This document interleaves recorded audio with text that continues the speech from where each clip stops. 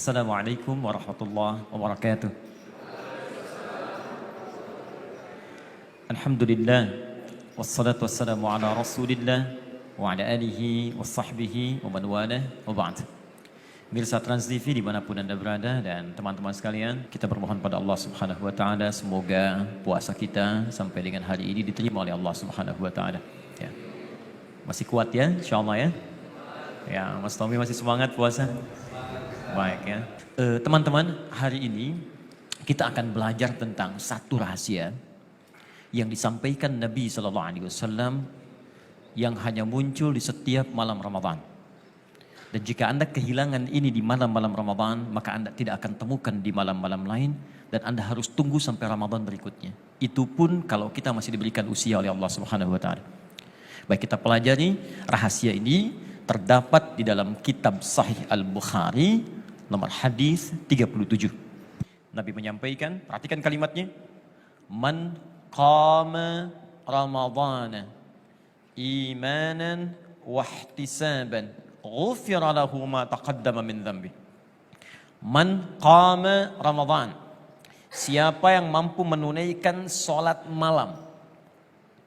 Tapi bukan di malam biasa. Ramadhan, malam-malam itu khusus terjadi di bulan Ramadhan saja. Imanan wahtisaban, dan dia tunaikan karena Allah. Lalu dia berharap pahala dan mohon ampunan dosa kepada Allah. Maka sejak itu dilakukan, ghufira lahu ma taqaddama min dhanbi. Kata Nabi, semua dosa-dosa yang pernah ia kerjakan bisa diampuni pada saat itu. Nah, sekarang pertanyaannya, apakah setiap orang yang sholat itu pasti mendapatkan ampunan dari Allah? Dan seperti apa sholat yang dicontohkan Nabi sehingga kita bisa meraih apa yang dijanjikan? Itu yang coba kita turunkan dalam episode kali ini. Ya, baik teman-teman. Sholat apa yang ditunaikan oleh Nabi di setiap malam Ramadan? Kita akan lihat dalam keterangan hadis-hadis Nabi yang lain. Kita tanyakan pada ibunda orang-orang beriman, Sayyidah Aisyah radhiyallahu taala anha. Ya, beliau pernah ditanya oleh 3 orang sahabat Nabi. Satu ada sahabat Abdullah bin Mas'ud, yang kedua ada sahabat Ubay bin Ka'ab, dan yang ketiga ada sahabat Hudzaifah al-Yamani radhiyallahu taala anhum jami'an. Bertanya pada Sayyidah Aisyah, bagaimana cara salatnya Nabi sallallahu alaihi wasallam di malam-malam harinya? Apa jawaban beliau? Ya, kata Sayyidah Aisyah, jangan ditanya deh, bagus dan panjangnya bacaan salat Nabi. Jadi kalau beliau salat tuh tenang bacaannya. Kemudian saking tenangnya aku merasakan kenikmatan berada di belakang Nabi sallallahu alaihi wasallam. Bahkan pernah kata beliau saat beliau salam itu, ya aku lihat kakinya sudah bengkak, saking menikmati sholatnya. Di keterangan sahabat lain, setiap 2 rakaat beliau duduk dulu tenang, kemudian berdoa kepada Allah sampai terasa getarannya ke jiwa. Sesuatu yang dikerjakan dengan tenang, nyaman, ada getaran kepada jiwa, itu dalam bahasa Arabnya disebut dengan tarwihah.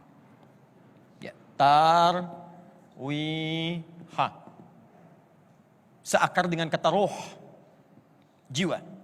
Kalau Anda kerjakan 2 kali, 3 kali, 4 kali, 11 kali, 23 kali, maka dijamakkan kata tarwihah, jamaknya menjadi tarawih. Asalnya begini. Maka disinilah kemudian dikenal dengan nama salat tarawih. Jadi tarawih itu asalnya bukan nama salatnya. Ya, tarawih itu sifatnya. Jadi kalau teman-teman misalnya ingin menunaikan salat tarawih, maka contoh nabinya dipopulerkan oleh ulama. Tarawih. Apa artinya? Artinya kerjakan dengan tenang. Jangan buru-buru. Ini baru takbir sudah salam. Allahu Akbar. Assalamualaikum. Di mana tarawihnya? Jadi kalau ada seseorang bangun di malam hari, kemudian menunaikan salat, tidak ada getaran pada jiwanya, ini menunjukkan bukan tarawih yang dia tunaikan.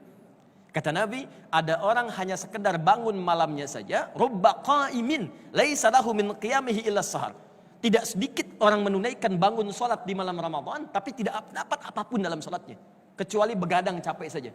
Hanya berdiri, takbir, ruku, sujud, selesai dan tidak mendapatkan apapun dalam salatnya. Supaya materi kita dipahami dengan baik, coba kita diskusi sejenak. Silakan, ada yang mau tanya sebentar? Silakan, Mas Dimas. Assalamualaikum Ustadz. Assalamualaikum. Yang mau saya tanyakan seputar tarawih nih Ustadz. Tapi kan biasanya kita melakukan tarawih itu setelah sholat isya ya Ustadz. Yeah. Nah, tapi karena alasan pekerjaan gitu ya. Jadi kita nanti aja lah pas di tengah malam kita baru melakukan gitu. Tapi kan kita melakukan itu dengan alasan kesibukan pekerjaan. Hukumnya gimana Ustaz? Baik. Teman-teman penting diketahui bahwa sholat yang disunahkan ini disebut dengan qiyamul lail. Atau dalam hadis Muslim nomor hadis 749 disebut dengan sholatul lail. Sholatul lail. Ya. Sholat yang ditunaikan di malam hari. Nah, malam itu disebut dengan lail, batasnya adalah dari mulai ba'da isya sampai dengan menjelang ke fajar. Ya, menjelang ke fajar. Jadi tunaikan dari ba'da isya menjelang ke awal datangnya fajar. Itu disebut dengan lail namanya. Batasnya membentang jauh. Jamaknya disebut dengan layali. Lail, lela, lili, lala, layali. Itu malam. Ibu lela, ibu malam-malam gitu kan. Nah ini. Baik. Nah dari sini, kapan waktu yang terbaik menunaikannya? Banyak contoh dari Nabi. Ada yang mengerjakan langsung ba'da isya, masuk masih malam. Kalau nanti ada kesibukan misalnya, jam 8 masih sibuk, jam 9 saya masih terjebak macet. Saya sampai rumah tiba-tiba misalnya jam 12. Boleh nggak tunaikan jam 1? Boleh, karena masuk kategori lail, malam. Dan sering didapati Nabi pun seringkali mengakhirkan sholat di malam hari untuk mendapatkan kekhusyuan. Beliau istirahat ba'da isya, pulang kemudian ke rumahnya, tengah malam kadang-kadang bangun, nah di malamnya itulah beliau menunaikan sholat malamnya. Dan itu banyak tersebut dalam hadis. Apa manfaatnya? Buka Quran surah ke-73 ayat yang ke-6. Ya, paling kanan di sebelah bawah. Ya, Allah sampaikan, "Inna nasyi'atal laili hiya ashaddu wat'aw wa aqwamu qila." Sungguh bangun malam itu, jika Anda bisa lakukan itu semua, maka saat bangun malam itu getaran kejiwanya akan terasa kuat dan setiap apa yang dibacakan itu menyentuh ke dalam hati kita. Dibeda salat malam dengan salat siang. Anda bangun malam hari, suasananya lebih beda. Makanya kata para ulama, kalaupun Anda ingin akhirkan kemudian salat itu sampai dengan ke malamnya, itu boleh dilakukan dengan catatan bukan karena malas dan menunda-nunda. Ya, karena urgensi yang diperkenankan oleh syariat. Ada yang lain?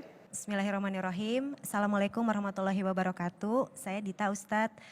Gini, kalau misalkan saya datang ke masjid untuk mengikuti sholat tarawih berjamaah, tapi saya datangnya terlambat. Jadi pada saat saya hadir itu sholat jamaah sudah dimulai, tapi saya belum menunaikan sholat isya. Nah itu gimana Ustadz? Apakah saya harus menunaikan sholat isya terlebih dahulu sendiri atau boleh diakhirkan sholat isyanya? Terima kasih. Wassalamualaikum warahmatullahi wabarakatuh. Nah, sekarang pertanyaannya Ustadz, kalau saya datang terlambat ke masjid karena kondisi yang memungkinkan demikian, maka apa yang diawalkan isya atau tarawihnya? Tetap awalkan isyanya terlebih dahulu. Karena tarawih tidak ditunaikan kecuali setelah menunaikan sholat fardu isyanya. Isya tunaikan dulu, setelah itu Anda bergabung kemudian mengejar tarawihnya. Kalaupun imam tersisa tinggal 2 rakaat, ikut 2 rakaat di situ.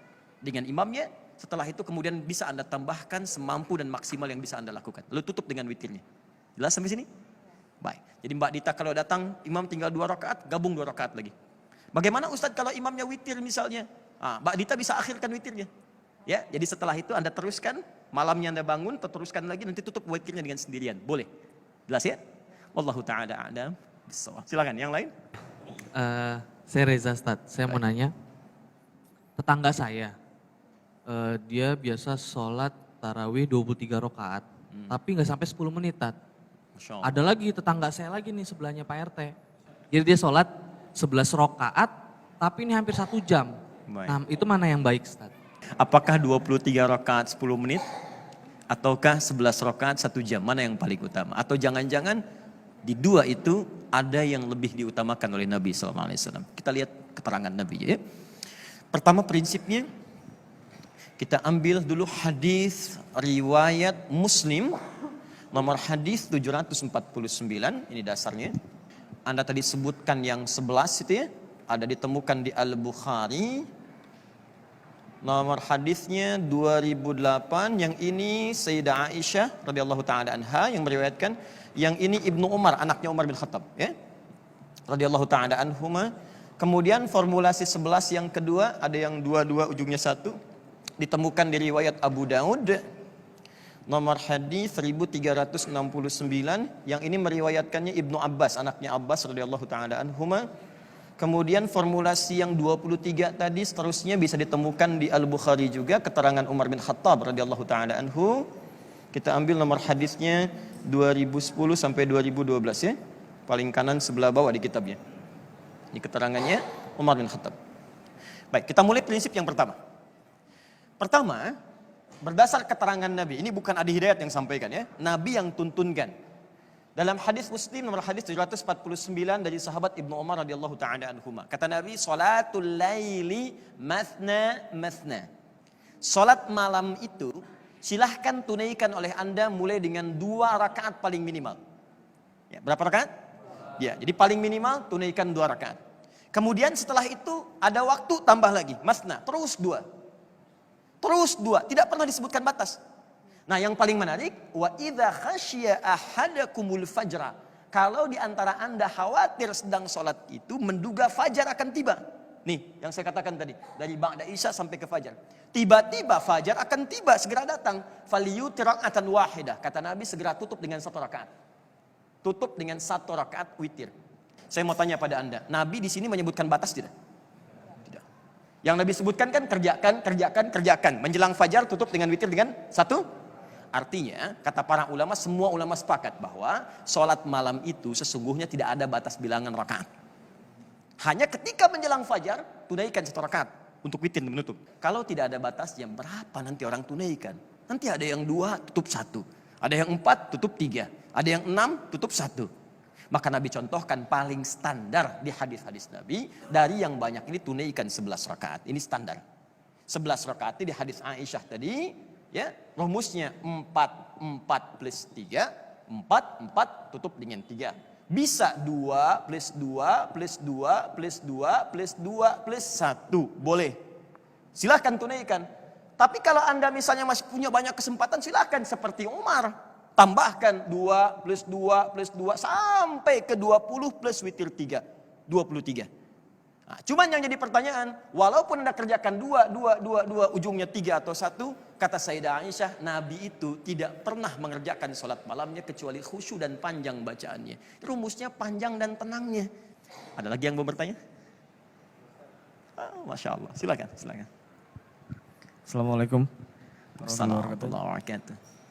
Mau nanya tentang sholat tarawih, Ustaz. Baik. Apa benar kalau dengan sholat tarawih itu bisa menghapus dosa-dosa masa lalu, Ustaz? Ya. Syukran, Ustaz. Jazakallah khair. Baik. Ya, perhatikan hadis Nabi SAW ketika selesai menunaikan sholat di setiap 2 rakaat, beliau kemudian duduk dan berdoa kepada Allah. Perhatikan doanya. Allahumma innaka afuun tuhibbul afwa fa'fu anni. Allahumma innaka afuun. Ya Allah, Engkau itu maha pemaaf. Penghapus seluruh dosa-dosa. Pengampun segala kesalahan-kesalahan. Tuhibbul afwa, Engkau mencintai orang-orang yang senantiasa ingin bermohon ampunan kepadamu. Fa'fu anni, aku merasa malam ini punya banyak salah, maka mohon ampuni dosaku. Jadi sesungguhnya salat malam itu diantara rahasianya, itu yang tadi disebutkan. Ghufira lahu ma taqaddama min dzambi. Orang kalau benar salat diampuni dosanya. Siapa yang diampuni itu? Rahasianya adalah orang yang saat salat itu diantara jedanya dia bertobat kepada Allah. Ketika Anda bangun malam Ramadan, Anda katakan kepada Allah, Ya Allah, Engkau maha pengampun, pemaaf. Ada orang yang pada saat itu bertobat, datang pada Nabi. Ketika bertobat, selesai, dia masuk Islam, naik ke untanya. Begitu naik ke untanya jatuh terpeleset, untanya mati, orangnya meninggal. Kata Nabi, orang ini luar biasa, modal sedikit, keuntungan banyak, masuk surga. Ya, semoga Allah muliakan kita ya, insya Allah. Kita tidak bisa memilih kapan kita akan wafat. Bisa Mas Ari untung duluan, saya belakangan, mungkin. Ya. Atau ditukar, saya belakangan itu duluan ya. Semoga Allah menerima amalan kita dan melancarkan salat-salat tarawih kita serta menerima taubat kita seluruhnya. Allahumma taqabbal minna innaka antas samiul alim wa tub alaina innaka antat tawwabur rahim. Allahumma rabbana atina fid dunya hasanah wa fil akhirati hasanah wa qina adzabannar. Allahumma ya Allah ij'alna minal musallin fit tarawih rakha'an ya Allah mutmainnin. Ya Allah jadikan kami orang-orang yang salat tarawih dalam keadaan tentram, tenang dan khusyuk. Waj'alna minal khashi'in, jadikan kami orang-orang khusyuk yang mengharap perjumpaan denganmu di hari kiamat nanti. Allahumma tawaffana muslimina husnal khatimah. Ya Allah, jikapun malam ini kami menunaikan tarawih terakhir dalam hidup kami, maka mohon ampuni dosa kami, wafatkan kami dalam keadaan husnul khatimah. Allahumma tawaffana sajidin. Ya Allah, bila pun kami harus wafat dalam salat, maka wafatkan kami dalam keadaan sujud menghamba kepadamu dan memohon rahmat darimu. Bifadlika subhana rabbika rabbil izzati amma yasifun. Wassalamun alal mursalin. Walhamdulillahi rabbil alamin. Demikian pemirsa, untuk edisi kali ini. Semoga Allah memberikan yang terbaik untuk kita. Assalamualaikum warahmatullahi wabarakatuh.